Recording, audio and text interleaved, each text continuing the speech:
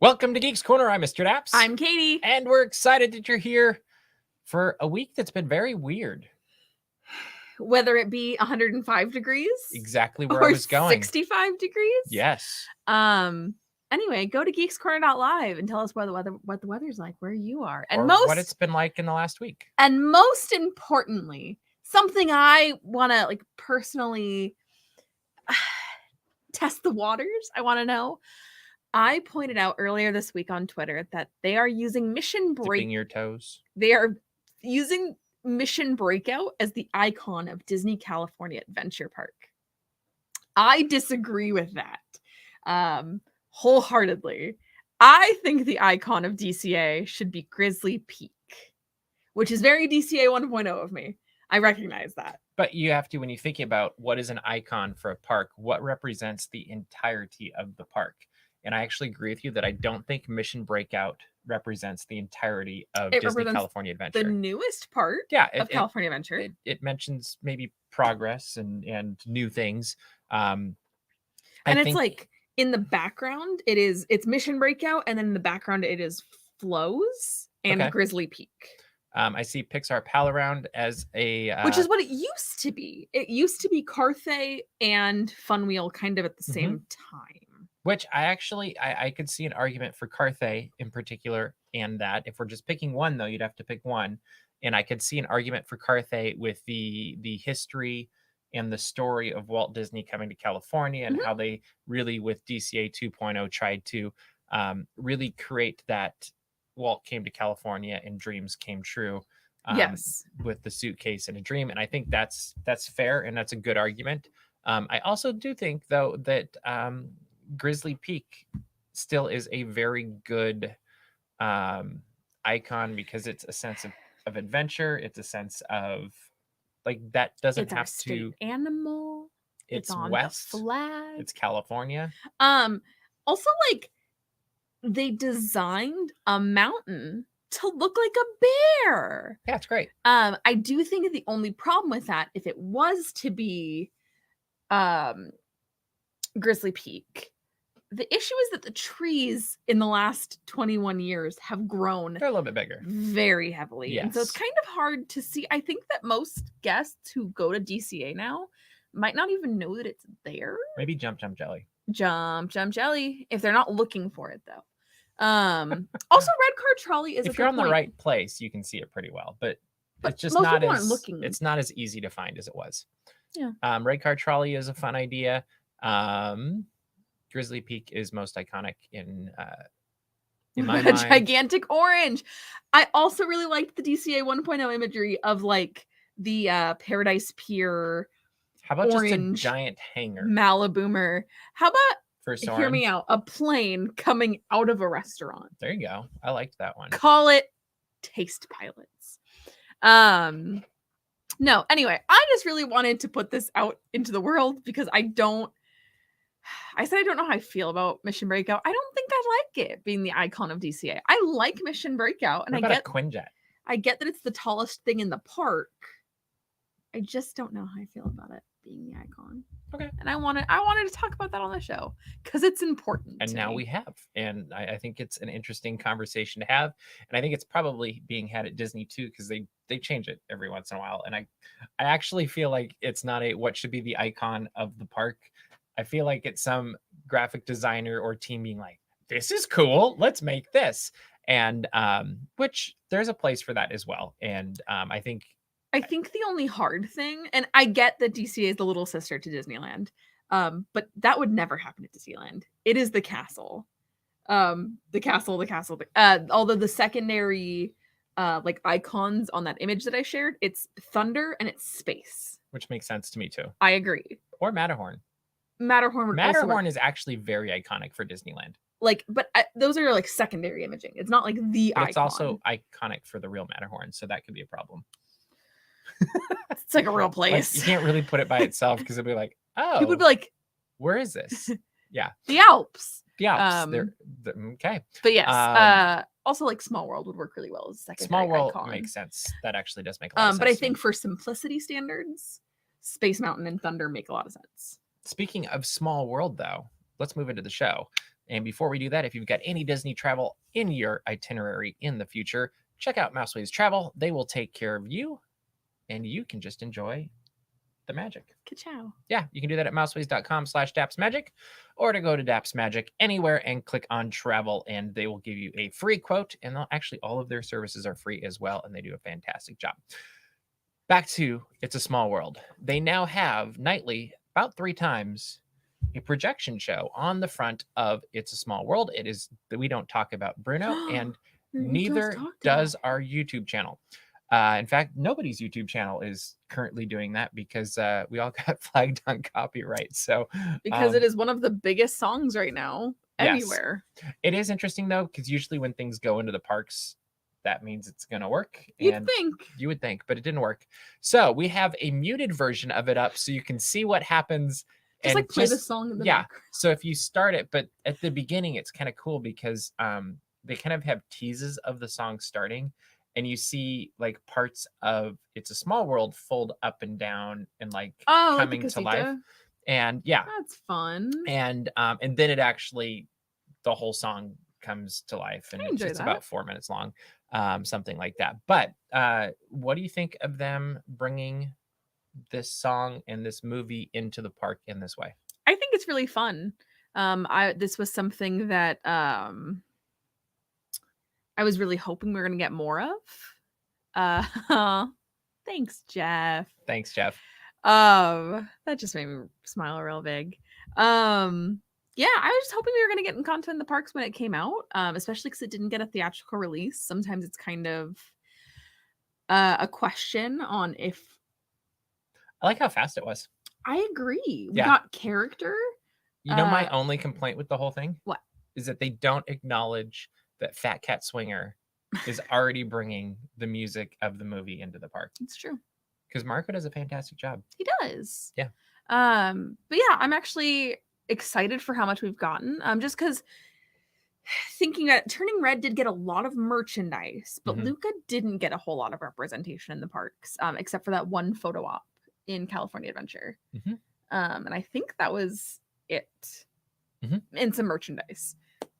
So I was really worried that Encanto wasn't going to get a lot, but to get something on this level of a nighttime projection show. And I would still say Luca is still my favorite animated film in the last year. That's fair. We've had 3, right? I'm not missing any. Are you talking about Pixar specifically? Nope. From Disney or Pixar. Animated. So Encanto, Turning Red, Soul. Nope, that's a year and a half. So it's only Luca. Time isn't real. And Turning Red in the last year, if I am correct. But I enjoyed the projection show. My one question mark with the whole thing, though, is the first one's at 9:15. And I get that in the summer, it won't be dark until like 9:15. But there was lots of people with kids. And the kids are usually kind of getting done around that time. Because you think of how many times we've watched fireworks up by Small World. And the moment the fireworks are over, you see all of these families with kids heading for the trams, and that's kind of the end of their day.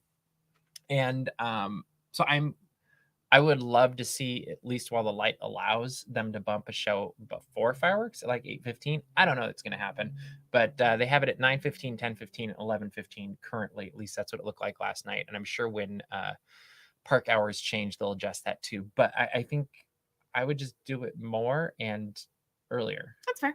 Just for the families, because that to me was just a little bit like, how long that's gonna be is hard it? to get, like 4 minutes. Oh, so yeah, there'd be you could literally do it every 15 minutes from the time like it they gets dark. do for Christmas. Yep, that's what I would do. And yes, I'm counting Turning Red because it's the last year from today. Last 12 months. Yes, because otherwise I get into that weird thing of like, do you have to include Raya? Do you have to like it gets, because that was technically in 2021. And I wasn't going to throw that into the competition. Yeah. When was Luca? What month was Luca? June.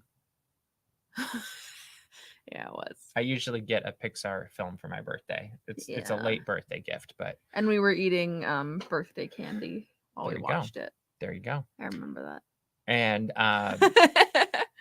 there you go. But yes, I did enjoy Luca. The other thing that has arrived at the park is not Bruno, but Mr. Knight, who followed Moon Knight. into Avengers Campus. And from what I can tell, Mr. Knight is at the top of the hour in the front of the land, and Moon Knight is at the bottom of the hour in the back of the land, up on the up by the Quinjet, whatever that building is, the Avengers building. And that starts when things get dark as well. Mhm. And it's so interesting seeing both of these characters now in this land and how different they are and yet the same. What did you think of seeing them? One, Moon Knight is super creepy. Mm-hmm. Like, he's just up there and he's watching everybody and his eyes are glowing and you can see him through the fog. It's very spooky. It's amazing. Mr. Knight looks super spooky, but he's just Steven with a V. He's really quirky. He's fun. He's a lot of fun. Yeah. And listening to him just talk to guests, Mhm. he's a lot of fun. Yeah. I think the suit looks super cool. Again, I just think what they're doing with the eyes is really neat, of like the glowing eyes. Yeah. And they're doing it very well. And I think it's agree. really, really cool. I'm really enjoying Moon Knight. And so it's really fun for me to see these characters. Yeah, I actually like that they're throwing these characters in so fast. And I'm curious what's going to happen in, 3 weeks when Doctor Strange comes out? Like, is that Bye-Bye Moon Knight? Or is that, like, who are we going to see? Are we going to get to see Scarlet Witch? There we go. Like, there I we don't go. know. I'm just waiting saying, for it. Is that who's coming? I'm Don't waiting. knock us offline. I had this moment of panic of like, Surprise! No, I don't know where it is. I hope we get Scarlet Witch. I That'd be think so that'd be cool. really fun. I think that'd be amazing. And like, we've all been patiently waiting. So my one thing with Moon Knight before we get off this topic is looks awesome. Yeah. Really great costume. Yeah. Location, a little bit unfair for anybody who doesn't have a really nice camera. And it's not, I don't know that it's Mr. Knight or for Moon Knight? Moon Knight. Okay. Mr. Knight I actually think is great because you can walk up with your phone, take the picture. Yes. I do have opinions about that location though. It's weird. It's a little odd, and also if you don't know, like if you're not in the loop, it can kind of be hard to kind of figure out. I think most things in Avengers Campus are that way though. Yeah. Is they're trying to keep it very spontaneous. Yes. And so I think that actually is the pro and the con of Avengers Campus. And it's also kind of the repeatability in some ways, because at the end of the day, in the thousands of people that go into the park every day, there's a small group that tends to get clued in on everything. And so these things work out. And then there's everybody else that walks by and they're like, oh, look who's there. And then, oh, look who's there. And or they see it online and they don't exactly know how it's going to work. And so then the search becomes part of the adventure, and the repeatability factor I actually think comes from that as well.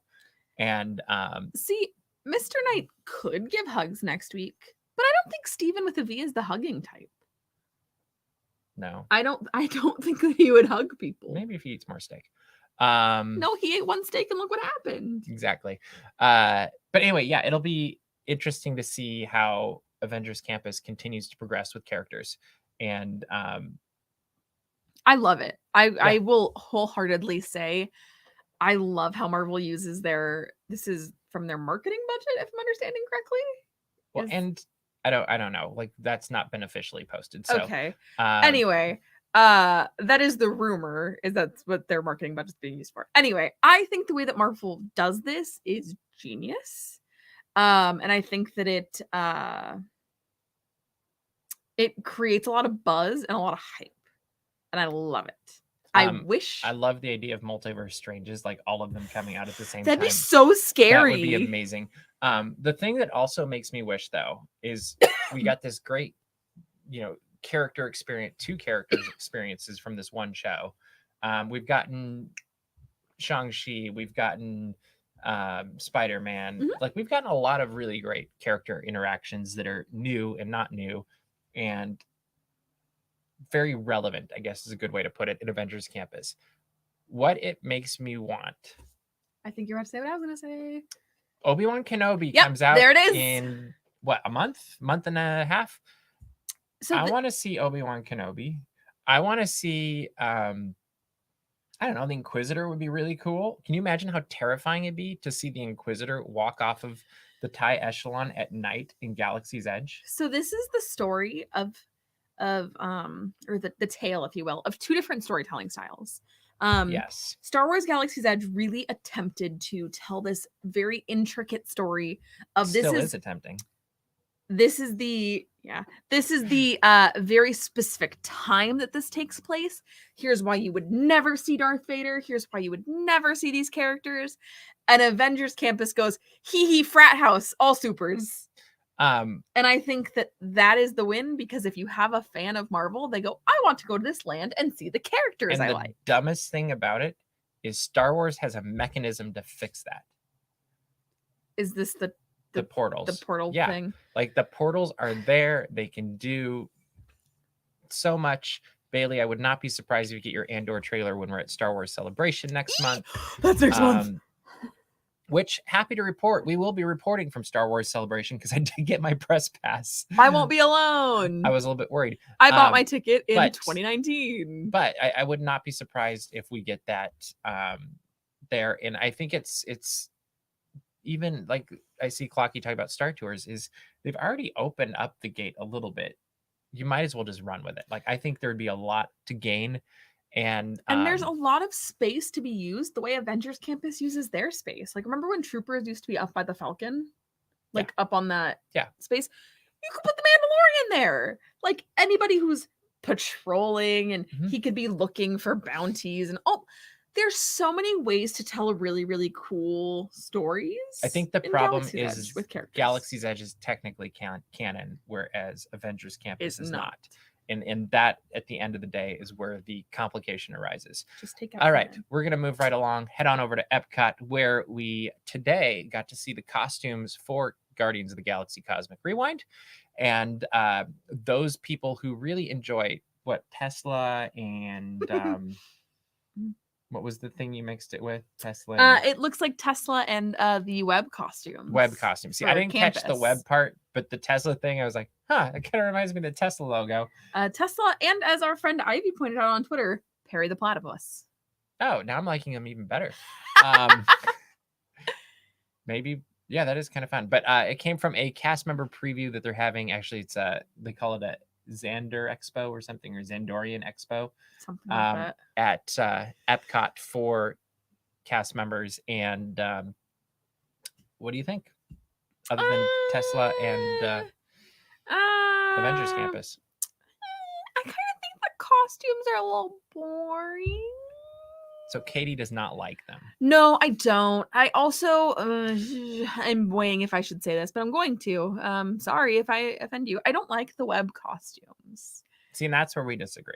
I love all of the other costumes in Avengers Campus. I think that the Sanctum costumes particularly are one of the best costumes on property. I think they're super rad.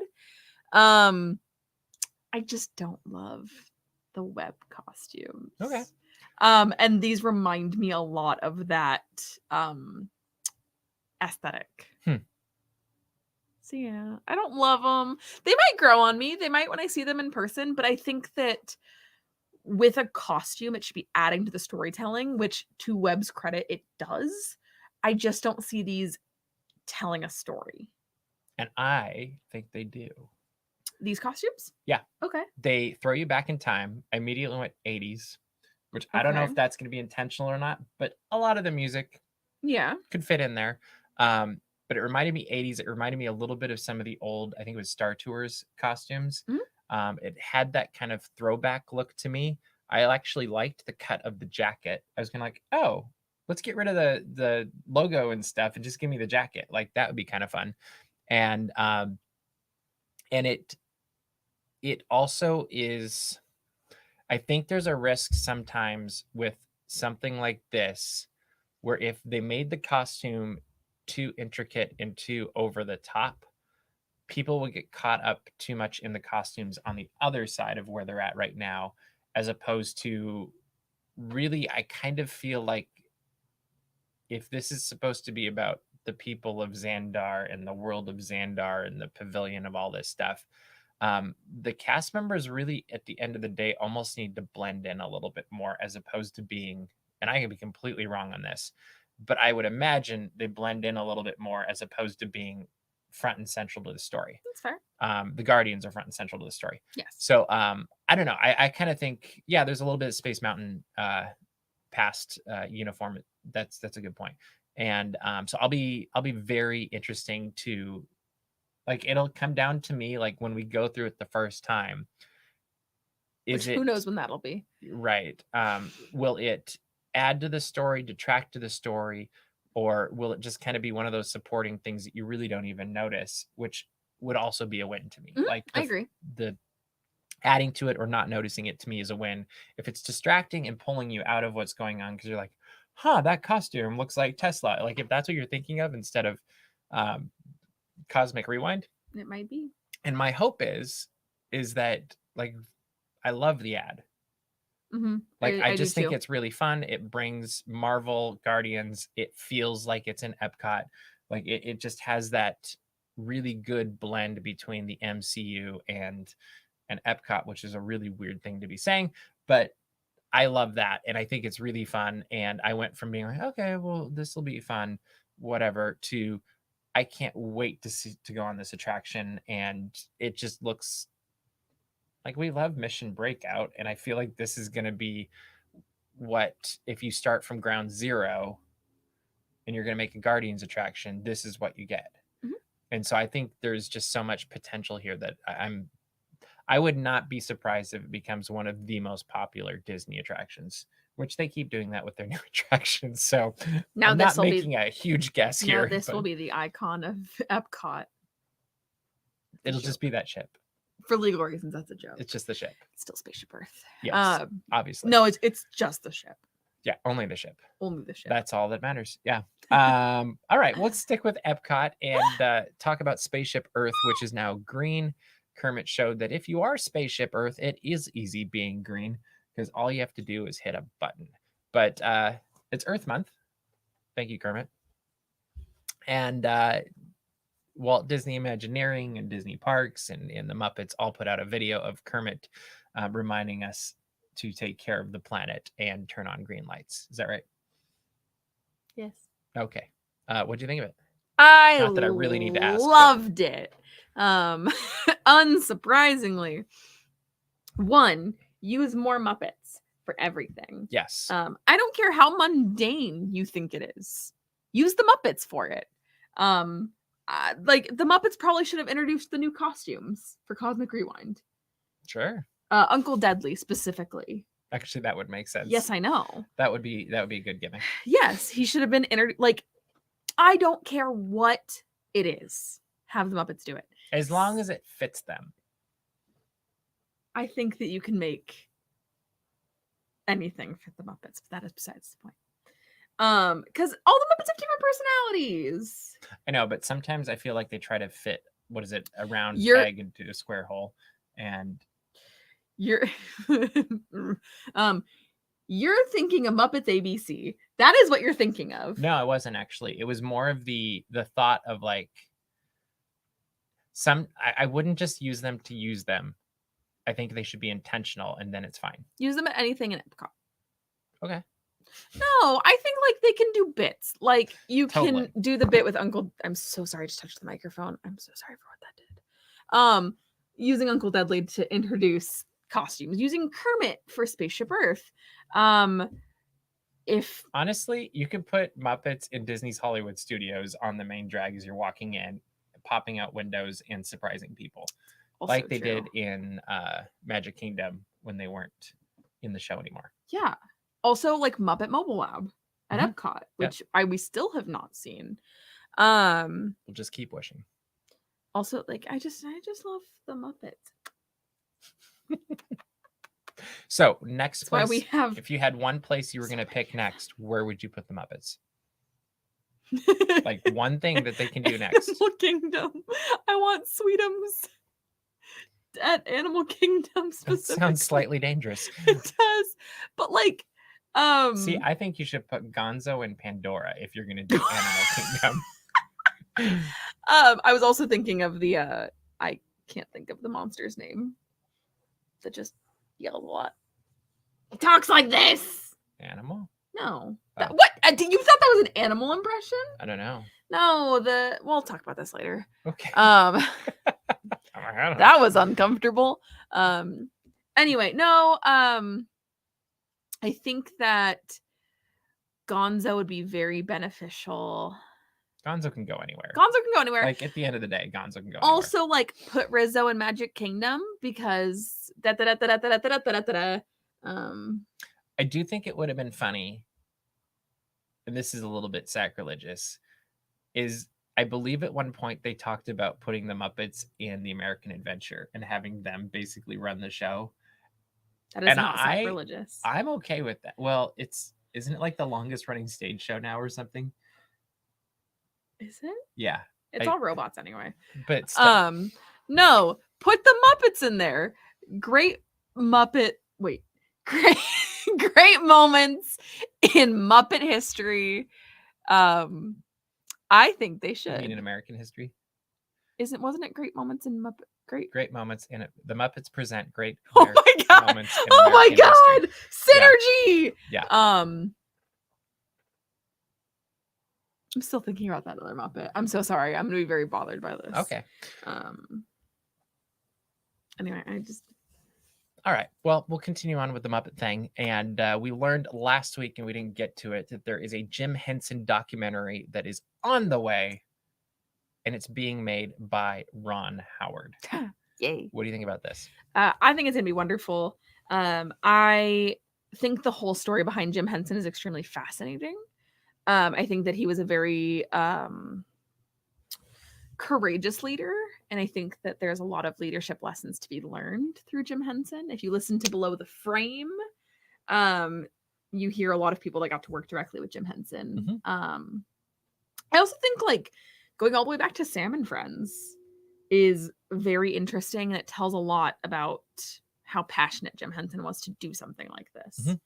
So I'm really excited for it. If you guys have not, and I know he hasn't, but there is a on YouTube, there is a Defunct Land 6-part documentary on Jim Henson.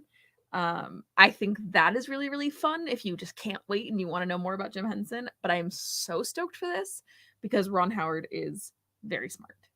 Mm-hmm. So your turn. I think it's gonna be great. It's funny because I saw it initially and I'm like, oh, this could be great. Can't wait. Ron Howard. Awesome. And then I'm like, but what if Peter Jackson did it? Like that was because then everyone would be talking like this. No, because Ron Howard did the Beatles 8 days a week. It was great. And maybe this is what will happen is then Peter Jackson came out with the one on Disney Plus and it was like, okay, never mind. I want this one now. And Get back. I would be curious to see what would happen if Peter Jackson, because I just feel like he'd find all this stuff that doesn't exist yet. And he'd find a lot of found footage. But on the flip side, I think Ron Howard makes amazing films and documentaries, and I would love to. I can't wait to see this, and I hope we don't have to wait super long for this documentary to come out because I just think it will. I think it'll be probably. I'm going to bet it's going to be the best Jim Henson documentary we'll get anytime. I agree. I also think it's going to be very true. I don't think it's going to gloss over any of the not so great stuff. And I think that's what's super important in documentaries is you have to show everything. But I can't overstate how excited I am for this. Jim Henson is a very interesting and I hope there's an accompanying book too. Of course you do. I want the book that comes along. Yeah. Is there here's a question for you. Is there a biography about Jim Henson anywhere? Yeah. Really? Yeah, there's several. Oh, do you have any of them? No, they're all expensive. Oh, that's why you wouldn't have them. That makes a little bit more sense then, love. Yeah, okay. Well, that would be very interesting. To read. I wish I could read. That'd be so fun. Anyway, we are now heading into Geeks Corner Plus, and something very important for all of you to know is we now have Geeks Corner Plus merchandise. Yeah, so I didn't have it queued up, sorry. After your card has already been charged like it is now for the extra time of Geeks Corner Plus, you can also spend more money. Because that's how Plus works. It's true. It's like addition. This is actually Geeks Corner plus Premier Access. Oh. That's what this is. So you have to pay a fee to unlock this. And then you can go purchase more because you purchased the first thing, which leads to the second and third, but only if you've done the first, which costs more than the nothing. Yeah. So. Okay. So you paid an entry level fee to get into Geeks Corner Plus. And now if you want Geeks Corner Plus Premier Access, you'll go to our merchandise shop and buy Geeks Corner Plus merchandise. There you go. It's all there. And you can find that all on geekscorner.live. It is the most recent blog. You can see some photos of some of the merchandise and click the link as well. And, let us know what you think about it. Drew worked very hard on it, and I think he did a fantastic job with it. But yeah, so Katie, we're running out of time. I'm sorry. Clucky just said, too bad I've spent all my money on Jar Jar merch heading to the DAPS Magic P.O. Box. Speaking of which, I am so sorry. I know you were trying to close the show. Did y'all see the tweet that went viral of the girl in Disneyland who had a Jar Jar Binks backpack? No. You didn't see? It was like one of those big like face backpacks, and it was like Jar Jar Binks. I'm gonna have to find it. It was so funny, and I want it. People said they could only find it on eBay. Because Jar Jar Binks is making a comeback. The people love Jar Jar Binks. He's in Lego Star Wars: The Skywalker Saga. I can't tell if it's ironic or not, but anyway. Go to dapsmagic.com, check out all the Disney and geek news as it happens, and subscribe to our mailing list where we will not charge you an extra fee. And make sure to subscribe to our YouTube channel as we are posting at least 2 videos a day now. I don't know how that happened, but we're getting there, so we'll keep trying that. And if you have any requests for videos from the parks, always make sure to ask, and we will do our best to accommodate that. We know that not everybody is able to get to the parks as often as we can, so we like to share our experiences as much as possible. But that is all the time we have for you this week, so we will see you around the corner. Bye.